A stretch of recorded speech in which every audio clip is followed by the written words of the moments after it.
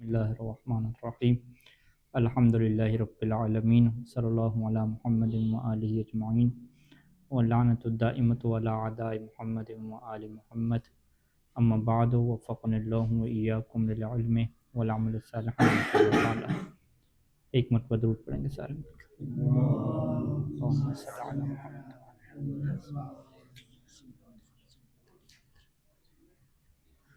مسئلہ نمبر 985 پہ پہنچی ہے گفتگو۔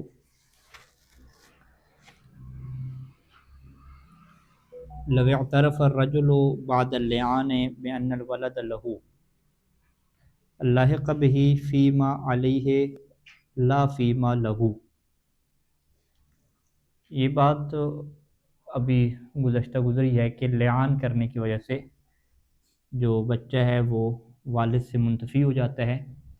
اب دونوں میں جو وراثت کا سلسلہ ہے وہ ختم ہو جاتا ہے، نہ فقط ان دونوں میں ختم ہوتا ہے بلکہ والد کے ذریعے سے جو بھی قریبی رشتہ دار بنتے ہیں ان کے درمیان بھی اور اس بچے کے درمیان وراثت کا رشتہ ٹوٹ جاتا ہے، ختم ہو جاتا ہے۔ اب یہاں پہ یہ بحث آتی ہے کہ لعان کے بعد اگر مرد اعتراف کر لے، کہہ دے کہ یہ میرا بچہ ہے اور میں نے جو ہے وہ جھوٹا جو ہے وہ لعان کیا ہے، یعنی بچے کے اعتراف کر لے، پہلے بچے کو نہیں مان رہا تھا تو اب بچے کے اعتراف اس نے لعان کے بعد کی ہے، ٹھیک ہے، تاکہ یعنی وہ چاہ رہا ہے کہ مجھے میراث مل جائے، بچہ اگر فرض کریں فوت ہونے والا ہے یا فوت ہو چکا ہے، تو یہاں پہ کیا اس لعان کا اس سے فائدہ ہوگا یا فائدہ نہیں ہوگا؟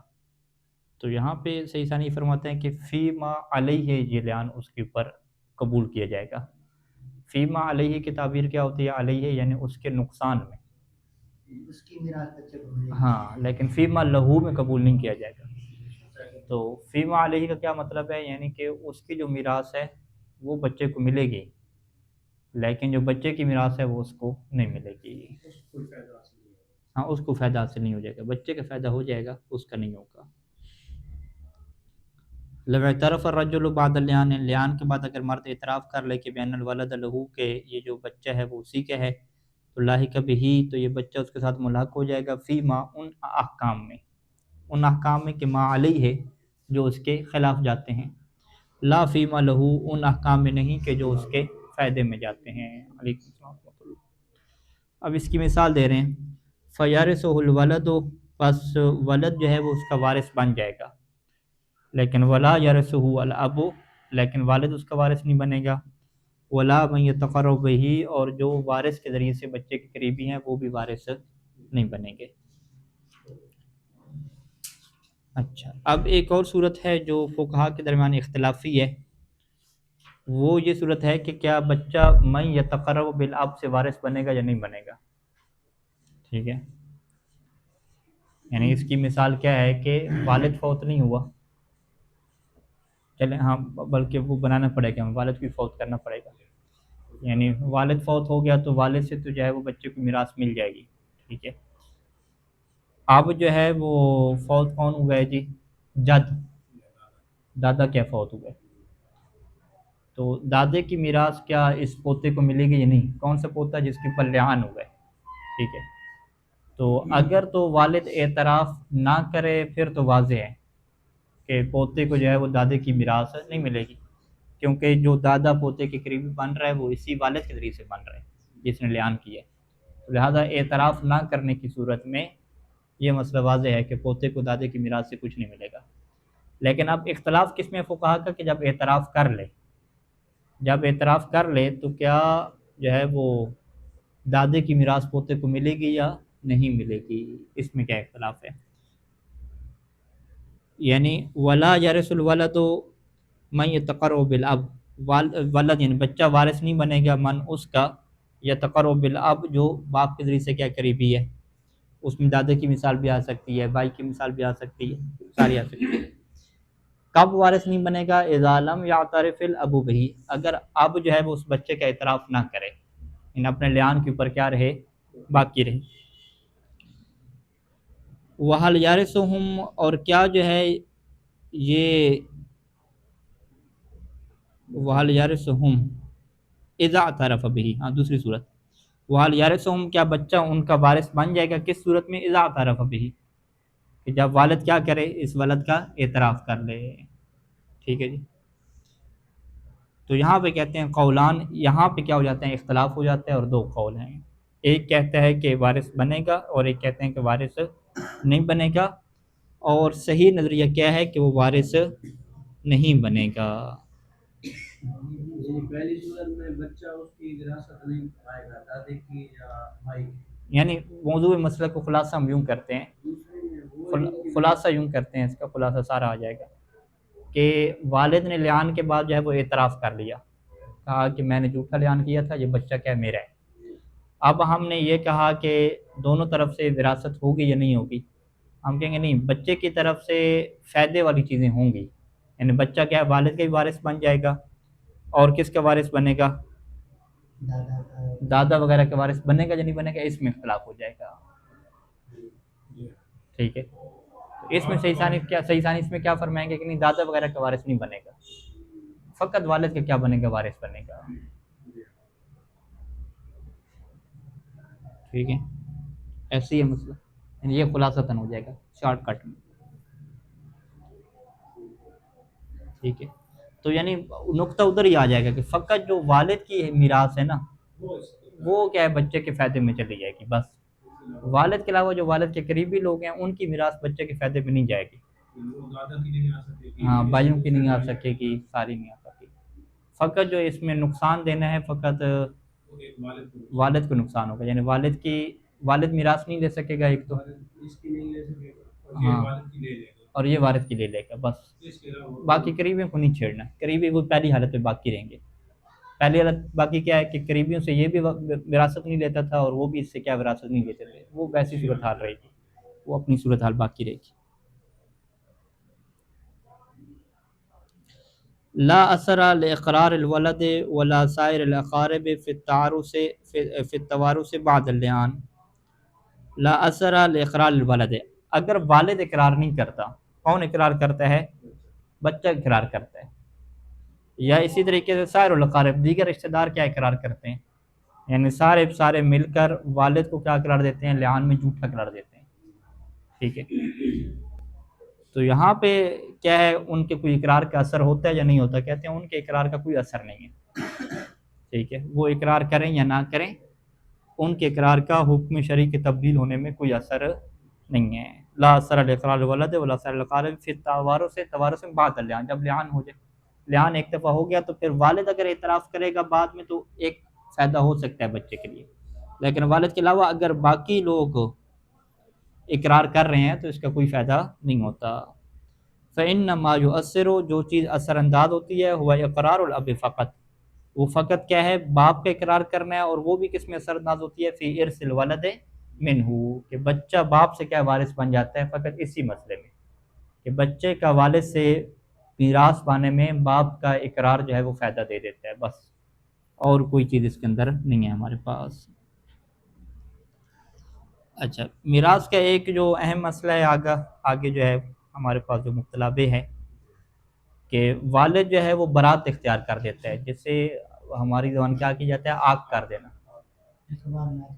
اخبار میں جی شائع کر دیتے ہیں کہ میں جو ہے وہ اس کی ساری ذمہ داریوں سے بری ہوں، اگر یہ کسی کا کوئی نقصان کرتا ہے تو میں اس کے ذمہ پہ نہیں ہوں. اسے کیا کہتے ہیں، یعنی جو جریرہ کی ضمانت ہے نا وہ نہیں اٹھاتا. جریرہ یعنی قانون ہمارے پاس کیا ہے کہ اگر بچہ نقصان کرتا ہے یا والد نقصان کرتا ہے تو جو رشتہ دار ہیں باپ کی طرف سے، ان سب کے اوپر دیت آتی ہے، انہوں نے ادا کرنی ہوتی ہے، ذمہ داری ان کے اوپر آتی ہے. تو والد یہ نشر کر دیتا ہے کہ بچے کی ضرورت کی میں ضمانت نہیں دوں گا. اس طریقے سے وہ نشر کرتا ہے کہ یہ میرا وارث نہیں بنے گا. تو کیا اس کا یہ برات اختیار کرنا اور آگ کر دینا بچے کو، اس کا کوئی فائدہ ہوگا یا نہیں ہوگا؟ تو سید سیستانی اور باقی فقہا یہ فرماتے ہیں کہ اس کا کوئی فائدہ نہیں ہوگا. یعنی اب آگ ہونے کے بعد بھی، لیٹر آگ کا جاری ہونے کے بعد بھی اگر وارث مرتا ہے تو بچے کو کیا مل جائے گی، میراث ملے گی. اگر بچہ مرتا ہے تو بچے کی میراث بھی کیا اس کے والد کو ملے گی. یعنی اس کا کوئی فائدہ نہیں ہوتا، اس چیز کا کوئی ثمرہ مترتب نہیں ہوتا. شرعی حیثیت کوئی نہیں ہے اس کی. ہمارے یہاں جو آق والدین ہے اس کا یہی مطلب ہے کہ والد کا نافرمان، بس اس عنوان کو کیا کہتے ہیں جی، والد کا نافرمان ہے. یہ کہ وگرنہ باقاعدہ آگ کر دینا جو ہمارے ذہن مفہوم ہے کہ میں آگ کر دوں گا، یہ نہیں مطلب اس کا۔ آگ کا کیا مطلب، یعنی وہ بچہ جو والدین کا نافرمان ہوتا ہے، اس کو کیا کہتے ہیں، عاق الوالدین۔ عاق الوالدین یعنی والدین کا نافرمان، بس یہی اس کا مطلب۔ اس کا یہ مطلب نہیں ہے کہ یہ والدین نے اسے عاق کر دیا ہے اور اپنی میراث اور جائیداد سے محروم کر دیا ہے، یہ ایسے نہیں ہو سکتا ہے۔ ٹھیک ہے، تو عبارت یہی ہے کہ اذا تبرأ الاب من جریرۃ، کہ جب والد جو ہے وہ برات اختیار کر دے من جریرۃ، یعنی بچے کے جرم سے برات اختیار کر لے کہ مجھ سے جو ہے وہ دیت نہ مانگیے گا، میراث ہی، اور بچے کی جو میراث ہے اس سے بھی برات اختیار کر دے، ثم مات الولد، پھر کیا ہے وہ بچہ مر جائے، قیلا، تو یہاں پہ ایک قول یہ ہے کہ کان میراثہ، کہ اب بچے کی میراث کس کو جائے گی، لعصبۃ امہ دون ابیہ، کہ بچے کے باپ کو نہیں جائے گی۔ ہم کیا کہیں گے، باپ نے چونکہ کیا کیا ہے جی، برات اختیار کر لی ہے، اب باپ کو نقصان دینا ہے، کہ برات اختیار کیا تو بچے کی میراث بھی تمہیں نہیں آئے گی، بلکہ میراث کدھر جائے گی، لعصبۃ امہ دون ابیہ، اس کی جو ماں کی طرف سے رشتہ دار بنے گے ان کو ملے گی، دون ابیہ، جو باپ کی طرف سے رشتہ دار ہیں ان کو نہیں ملے گی۔ عصبہ رشتہ داروں کے معنی میں آتا ہے، ٹھیک ہے، عصبۃ امہ یعنی ماں کی طرف سے جو سلسلہ چلے گا ان کو فقط میراث دیں گے، لیکن باپ کی طرف والے کو میراث نہیں دیں گے، چونکہ قیلہ والے قول کا کیا کہنا ہے کہ باپ نے برات اختیار کی ہوئی ہے۔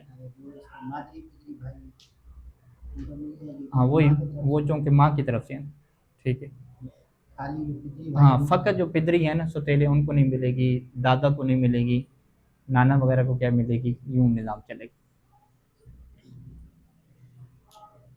ولیکن صحیح، لیکن صحیح کیا ہے کہ انہ لا اثر للتبر المذکور فی نفی التوارث، کہ توارث کی نفی میں اس طرح کی جو تبری کی جا رہی ہے اس کا کوئی اثر نہیں ہے، یعنی شرعی اس کا کوئی اثر نہیں ہے، لہذا توارث کا سلسلہ کیا رہے گا، باقی رہے گا۔ ہاں باپ کے سارے رشتہ دار ہو سکتے ہیں، باپ کے سارے رشتہ، ہاں سب رشتہ دار، وہ یعنی اس کا کوئی حیثیت ہی نہیں رہی نا، تبری جو اس نے کی ہے کل عدم ہے، اور اس کی کوئی حیثیت نہیں ہے، یعنی کوئی وراثت کے مسئلے میں کوئی اثر ہی نہیں پڑے گا اس کا، کچھ بھی نہیں ہوگا۔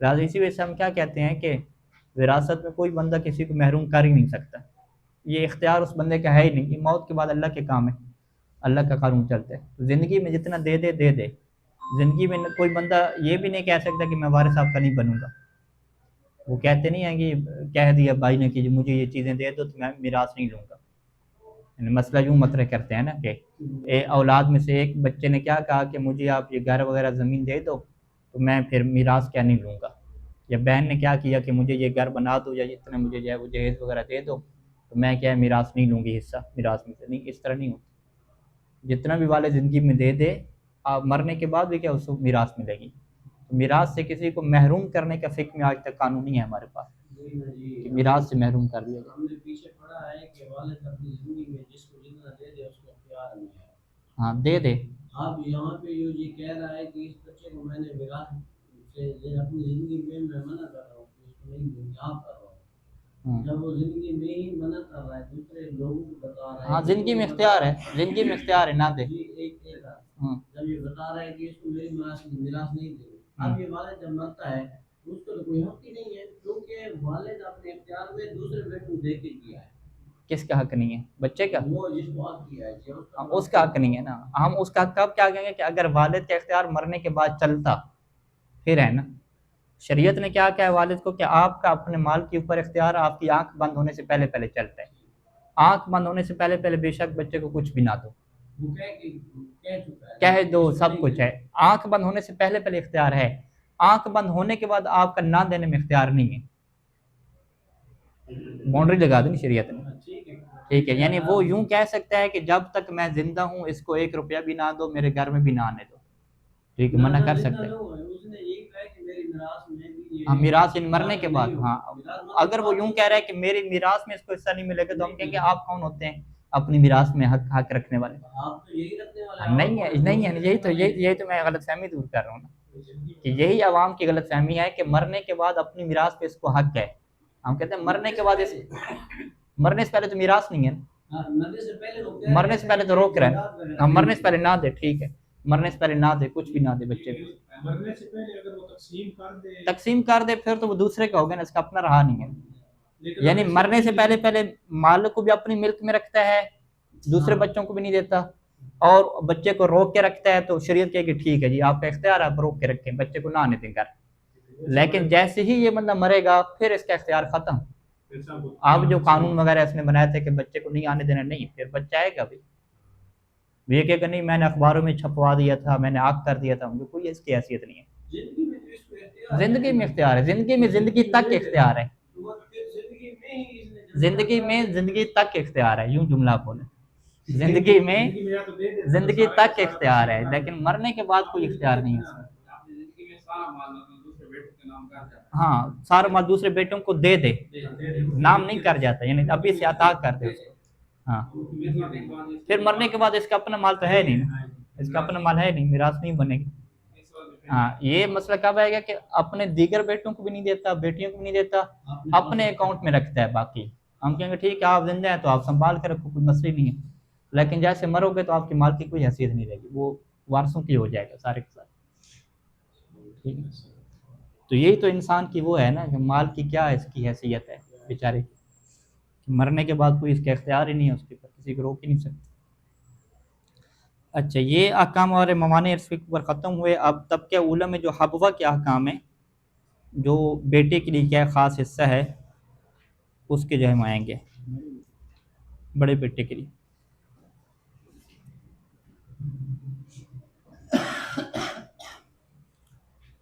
مسئلہ نمبر 1006 ہے ہمارے پاس، احکام الحبوہ۔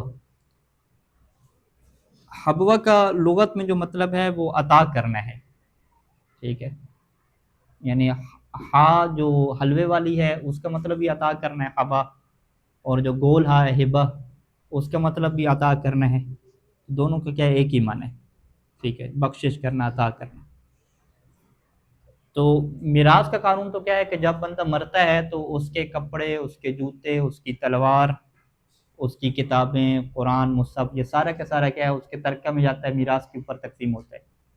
لیکن چار چیزیں جو ہیں وہ خاص کی جاتی ہیں روایات اہل بیت السلام کے مطابق، کہ اگر اس کا بڑا بیٹا موجود ہے اولاد میں، ٹھیک ہے، بڑا بیٹا موجود ہے اس کے، یعنی مرتے وقت جو بھی بڑا ہوگا تو اس کو کیا ہے یہ چار چیزیں ملتی ہیں، اور اس کے اندر میراث کے قوانین جاری نہیں ہوتے، یعنی چار چیزیں اٹھا کے پہلے اسے دے دیتے ہیں بھی یہ آپ کی ہوگی، باقی جو چیزیں بچیں گی ان کے اندر کیا چلے گا، میراث کے قوانین چلیں گے، ٹھیک ہے جی۔ یحبل ولد الاکبر مجانا، ولد اکبر کو جو ہے وہ عطا کر دیا جائے گا، بخشے کے طور پہ دے دیا جائے گا، اور یہ مجانن دیا جائے گا، ٹھیک ہے۔ مجانن کی تعبیر یہاں پہ کس بات کو بتلا رہی ہے، یعنی باقی جو وارث ہے وہ اپنا حصہ نہیں دے رہے، ٹھیک ہے، وغیرہ تو باقی وارث کیا کہہ دیتے ہیں بھی یہ ہمارے والد کے جو ہے وہ 4 جوڑے پڑے ہیں اچھے والے سوٹڈ بوٹڈ، تو ہم 4 بیٹے ہیں تو ایک ایک سب کا ہو جائے گا۔ یہ بچہ کیا کہتا ہے کہ نہیں آپ مجھے سارے جوڑے مجھے دے دو، تو باقی وارث کیا کہتے ہیں کہ ہم مجانن تو نہیں دیں گے فری میں، ہمارا حصہ ہے، تو لہٰذا آپ لے لو، کچھ پیسہ ہمیں دو، ٹھیک ہے، جب بدلے میں کیا ہے کوئی چیز ہمیں دو۔ لیکن یہاں پہ ایسا مسئلہ نہیں ہے کہ آپ باقی وارثوں سے لے کر اسے دے رہے ہیں تاکہ باقی وارث کیا ہے بدلے میں کوئی چیز کا مطالبہ کریں، نہیں، یہاں پہ شاید کیا کہتے ہیں کہ وہ جو چیزیں ہیں کچھ اس کے والد کی، یہ بڑے بیٹے کے پاس مجانن آئیں گی۔ مجانن کیا مطلب، یعنی باقی وارث اس کے بدلے میں کسی چیز کے مانگنے کا اختیار نہیں رکھتے۔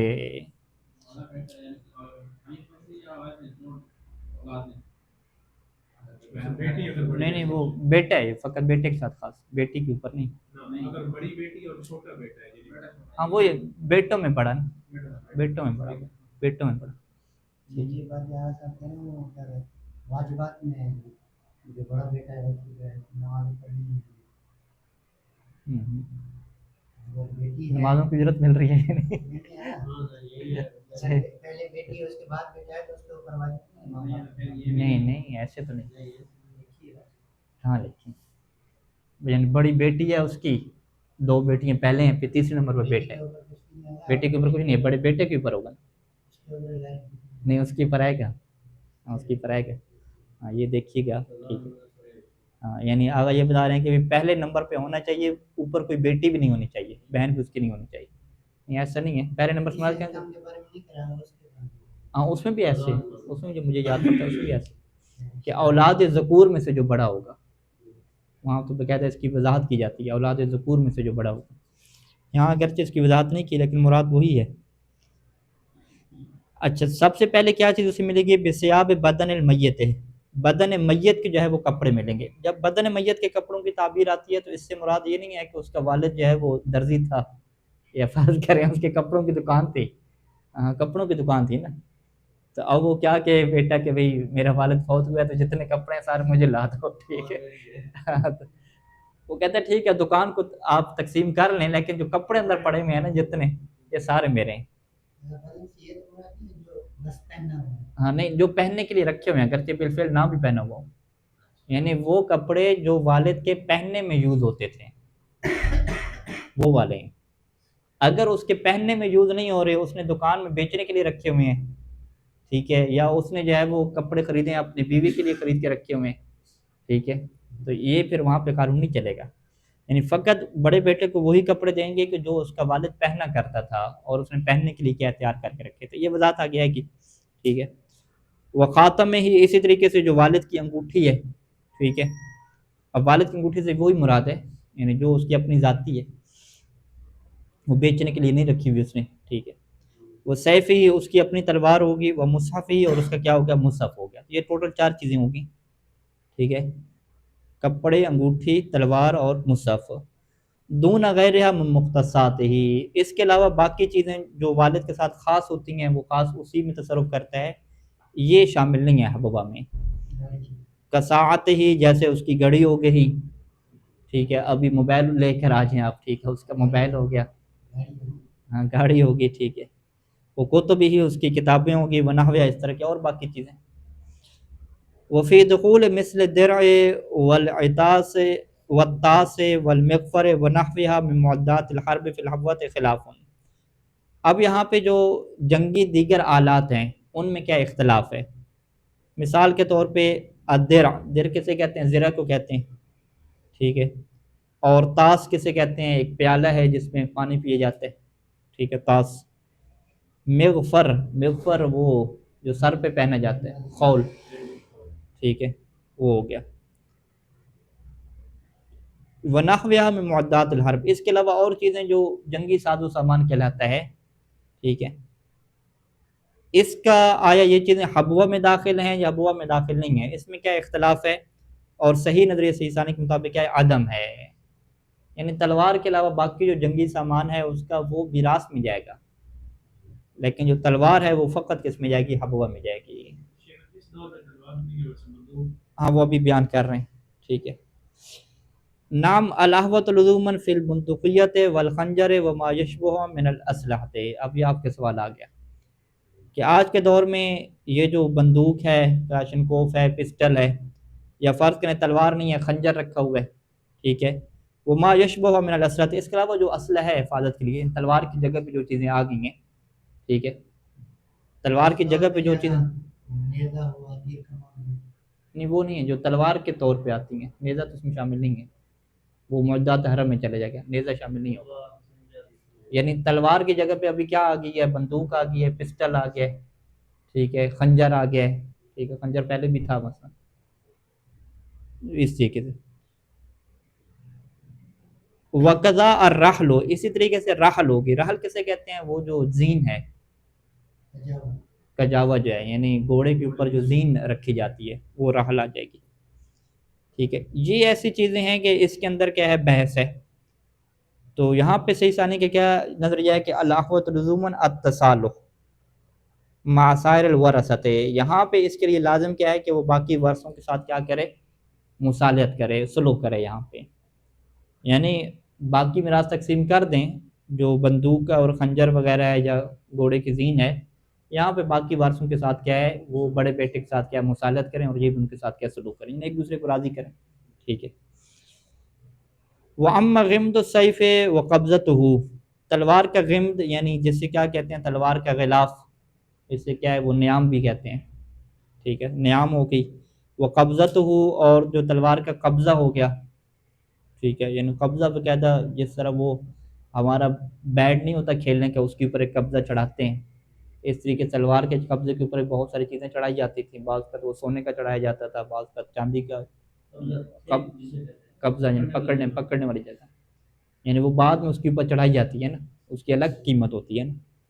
ایک تلوار عام ہے، تلوار عام خریدی جاتی ہے، اس کا ایک تو وہ بنا ہوا ہے قبضہ، ایک اس کے اوپر اور قبضہ چڑھایا جاتا ہے جو تلوار کا حصہ نہیں شمار ہوتا، الگ شمار ہوتا ہے، ٹھیک ہے؟ تو وہ قبضہ ہو گیا، غلاف ہو گیا، وہ بیت المصحف، اسی طریقے سے مصحف کا گھر، مصحف گھر سے مطلب وہ جو ڈبہ ہے جس کے اندر قرآن مجید رکھا جاتا ہے، ٹھیک ہے؟ وہ بھی قیمتی ہوتا ہے، فارغ کرنے سونے اور چاندی کا وہ بنا ہوا ہے۔ وحمائلہما وحمائلہما، اسی طریقے سے دونوں کے حمائل ہو گئے، یعنی مصحف کے اور تلوار کے۔ حمائل کیسے کہتے ہیں؟ وہ جو اٹھانے والی جو رسی ہے، بیلٹ ہو گیا اٹھانے والا، ٹھیک ہے؟ جو اٹھانے والی رسی اور بیلٹ ہے، جسے آپ کیا کہتے ہیں؟ آپ یوں کہیں گے کہ وہ جو بندوق ہے اس کے اوپر تو مسالت ہو رہی ہے، جو بندوق کا پٹا ہے، کور ہے، ٹھیک ہے؟ کور بھی تو اس کی اہمیت والا ہوتا ہے نا، یا پسٹل کا جو کور ہے، خنجر کا کیا کور ہو گیا، تو اس کور کا کیا کرنا ہے بھی، ٹھیک ہے؟ کہتے ہیں کہ فَهِيَ تَابِعَةٌ لَهُمَا، یہ ساری چیزیں کس کے تابع ہو جائیں گی؟ لہما، یعنی تلوار اور مصحف کے تابع ہو جائیں گی۔ یعنی ایک بندے کو جو ہے وہ فقط مصحف جو ہے وہ حبوہ کے طور پہ نہیں ملے گا، بلکہ مصحف کا جو کور ہے، اس کی جو حمائل ہے، وہ ساری چیزیں کیا اس سے ملیں گی، ٹھیک ہے؟ وَأَمَّا غِمْدُ السَّيْفِ وَقَبْضَتُهُ وَبَيْتُ الْمُصْحَفِ وَحَمَائِلُهُمَا فَهِيَ تَابِعَةٌ لَهُمَا، یہ ساری چیزیں تابع شمار ہوں گی، لہما، تلوار اور مصحف کے کیا تابع ہوں گی، یعنی اس میں اس سے کیا ہو سکتا ہے؟ فائدہ ہو سکتا ہے، اگر اس کے جو حمائل ہیں اور جو تلوار کا قبضہ وغیرہ وہ بڑا قیمتی قسم کا ہو تو پھر اس سے زیادہ فائدہ ہو سکتا ہے۔ وفی دخول ما یحرم لبسہ، آیا جو ہے وہ حبوہ میں چیز داخل ہے، وہ چیزیں کہ جس کا پہننا اس کے باپ کے اوپر حرام تھا، کل خاتم من الذهب والصوب من الحریر، جیسا اس کے باپ کی کیا سونے کی انگوٹھی تھی، وہ سونے کی انگوٹھی پہنتا تھا، ٹھیک ہے؟ اسی طریقے سے وہ کیا ریشمی کپڑے پہنتا تھا، خالص کے ریشم کے، جو مرد کے اوپر حرام ہے پہننا۔ تو اس میں بھی کہتے ہیں صحیح ثانی کہ اس میں بھی کیا اشکال ہے، کیا یہ حبوہ میں جائے گا یا حبوہ میں نہیں جائے گا، اشکال ہے۔ فلا یترک مراعات مقتضی الاحتیاط فی، اس میں جو احتیاط کا تقاضا بنتا ہے اس کو ترک نہ کیا جائے، وہی اس میں بھی کیا ہو جائے گی؟ مصالحت ہو جائے گی، ٹھیک ہے؟ تو خلاصہ کلام یہی نکلا کہ اگر کوئی آج کے دور کا مسئلہ مبتلا بے یہی ہوگا کہ اگر کوئی یہ پوچھے کہ بڑے بیٹے کو جو چیزیں میراث سے خاص ملتی ہیں، کیا اس میں یہ موبائل شامل ہے، ٹھیک ہے؟ سمارٹ واچ والد کی یہ شامل ہے، لیپ ٹاپ شامل ہے، تو ہم کیا کہیں گے؟ یہ چیزیں شامل نہیں ہیں۔ پھر وہ کہتے ہیں کیا چیزیں شامل ہیں، تو ہم کیا کہیں گے؟ اس میں آج کل کے دور میں وہ کپڑے ہو جائیں گے والد کے، ٹھیک ہے؟ گھڑی بھی شامل نہیں ہے، کپڑے ہو جائیں گے، والد کی انگوٹھی ہو جائے گی، اور قرآن وغیرہ تو آج کل رکھتے نہیں ہیں کوئی، ٹھیک ہے؟ وغیرہ اگر والد کا قرآن ہے تو وہ اسی میں کیا آ جائے گا؟ قرآن کے ساتھ ساتھ اس کا جو ڈبہ ہے اور باقی چیزیں وہ بھی اسی کے اندر آ جائیں گی، ٹھیک ہے؟ اچھا، اسلحے کی جو ہے آج کے دور میں یہی بحث ہے کہ تو اسلحے میں جو اس کی بندوق ہے، کلاشن کوف ہے، پسٹل وغیرہ ہے، اس میں کیا آئے گی؟ اس میں سلو کیا کرنی پڑے گی اس سے دیگر وارثوں کے لیے، ٹھیک ہے؟ اچھا، وَإِذَا كَانَ الْمَيِّتُ مَقْطُوعَ الْيَدَيْنِ، اگر صورتحال یہ ہو کہ جو میت ہے یعنی جو اس کا والد ہے وہ فوت ہوا اور وہ کیا تھا؟ مقطوع الیدین تھا، اس کے دونوں ہاتھ کیا کٹے ہوئے تھے، ٹھیک ہے جی؟ فلا یکون السیف من الحبوۃ، تو اب اس کی جو تلوار ہے وہ حبوہ میں نہیں جائے گی۔ اچھا، ولو کان عاما، اسی طریقے سے اگر وہ نابینا تھا تو فالمصحف لیس منہا، تو پھر مصحف بھی کیا ہے؟ حبوہ میں سے نہیں جائے گا۔ نام لو تارا ذالک اتفاقا، لیکن اگر یہ چیز اتفاقاً اس کے اوپر طاری ہوئی ہے، یعنی ایسا نہیں ہے کہ وہ شروع سے کیا ایسا تھا، اتفاقاً یہ چیز ہوگی، یعنی طاری ہونے کے اتفاقاً کیا مطلب ہے کہ تلوار اس کی پہلے سے تھی، قرآن اس کا پہلے سے تھا، اور بعد میں کیا ہوا؟ ہاتھ بعد میں کٹے، یوں صورت حال ہے۔ یعنی وکانا قد اعدہما قبل ذلک لنفسہ، اور اس نے کیا ان دونوں چیزوں کو تیار کیا تھا، تلوار اور قرآن کو تیار کیا تھا، قبل ذالک یعنی ہاتھ کٹنے سے پہلے اپنے لیے تیار کر کے رکھا تھا، تو کانا منہما، تو اس صورت میں یہ جو تلوار اور مصحف ہے، قرآن ہے، یہ کس میں سے جائے گا؟ ہوا میں چلا جائے گا۔ اچھا، اب کپڑوں کو جو ہے وہ تفصیل دے رہے ہیں۔ لا فرق فی الثیاب بین الواحد والمتعدد، کپڑوں میں کوئی فرق نہیں ہے کہ ایک جوڑا ہو یا زیادہ ہو، یعنی جتنے بھی کپڑے ہیں وہ سارے کے سارے کدھر جانے ہیں جی؟ بڑے بیٹے کے پاس جانے ہیں، ٹھیک ہے؟ کما لا فرق فیہا، جیسے کہ کپڑوں میں کوئی فرق نہیں ہے بین الکسوۃ الشتائیہ والصیفیہ، کہ وہ چاہے جو ہے وہ سردیوں کے پہننے کے ہوں یا گرمیوں کے پہننے کے ہوں، اسی طریقے سے کپڑوں میں کوئی فرق نہیں ہے کہ وہ کاٹن کے ہوں، کاٹن کے ہوں، یا چمڑے کے ہوں، یا اس کے علاوہ کسی چیز سے بنے ہوئے ہوں. ولا بین صغیرۃ والکبیرہ، اور کپڑا جو چھوٹا ہوتا ہے اور بڑا ہوتا ہے اس میں کیا ہے کوئی فرق نہیں ہے. فیدخل فیہا، پس کپڑے کے اندر مثل القلنسوہ، قلنسوہ کی طرح کی، یعنی ٹوپی کی طرح کی جو چھوٹی چیزیں ہیں یہ بھی آ جائیں گی. کما یدخل الجورب، جرابیں آ جائیں گی. حزام، جو بیلٹ ہے باندھنے والی وہ آ جائے گی. نال، جو جوتے ہیں وہ آ جائے گی. نال ان چپل کو کہیں گے، اور حذا کیا بوٹ کو کہیں گے. ٹھیک ہے، ہاں وہی بالٹ ہو جائے گی. ٹھیک ہے، اسی بوٹ کیا اسی کے اندر آ جائیں گے نا، جوتے جو ہیں اسی کے اندر آ جائیں گے. ولا يتوقف صدق الثياب ونحوها على اللبس والاستعمال. ہاں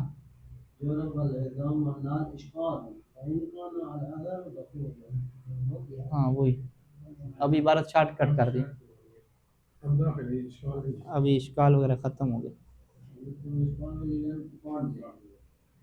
یعنی ہاں یہ جو احتیاط مستحب ہوتی ہے نا، اگر فقیہ اشکال لگاتے ہیں اور اس کے بعد فتویٰ دے دیتا ہے اس کے خلاف، تو پھر احتیاط واجب نہیں ہوتی، احتیاط مستحب ہوتی ہے. یعنی ابھی احتیاط مستحب بھی ختم کر دیا.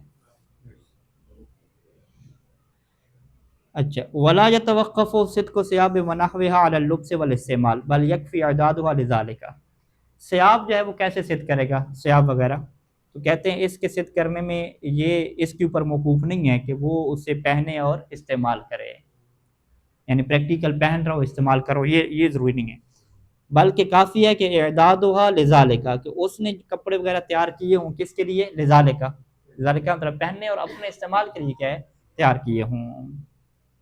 نام اذا اعدها، اگر اس نے کپڑے تیار کیے تھے لتجارت، بیچنے کی خاطر، اور لکسوت غیرہ من اہل بیت، یا اس نے دوسرے کے لیے کپڑے تیار کیے تھے اپنے گھر والوں میں سے، اپنی اولاد میں سے، یا اپنے خدام میں سے کسی کے لیے اس نے جوڑا تیار کیا، تو لم تکن من الحبوۃ، تو یہ جو ہے وہ حبوہ میں سے نہیں ہوگا. اذا تعدد غیر الثياب من المذکورات، تو یہ تو کپڑوں کے بارے میں تو کلی آ گیا، ایک کپڑا ہو، دو ہو، جتنے ہو جوڑے جو اس نے اپنے لیے تیار کر کے رکھے تھے، چاہے ایک دو دفعہ پہنے بھی نہ ہوں، تو وہ سارے کے سارے بیٹے کو مل جائیں گے.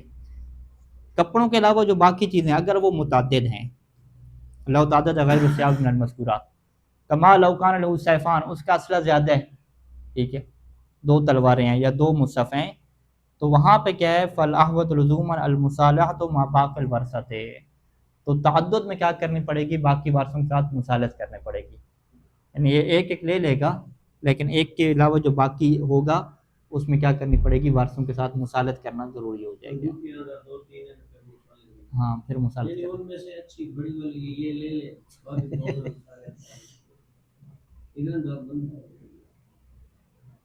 اچھا یہ لکھا نہیں ہے ویسے انہوں نے، یہ ہم اپنی فہم بیان کر رہے ہیں، انہوں نے مصالحت سب پہ ڈالی ہے.